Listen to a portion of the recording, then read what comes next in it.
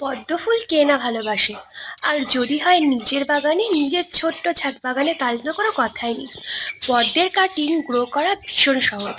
এটা জলে দিলে ভীষণ তাড়াতাড়ি কিন্তু শেকড় বেরিয়ে যায়। আর সেখান থেকেই তুমি যখন মাটিতে দিয়ে দেবে, শীঘ্রই প্রায় 2 সপ্তাহের মধ্যেই কিন্তু রুটগুলো মাটিতে ধরে নেয় আর খুব তাড়াতাড়ি গাছটা বেড়ে ওঠে।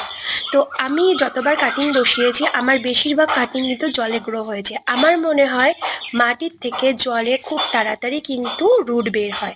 আর সেম বালিতেও সেটা হয়।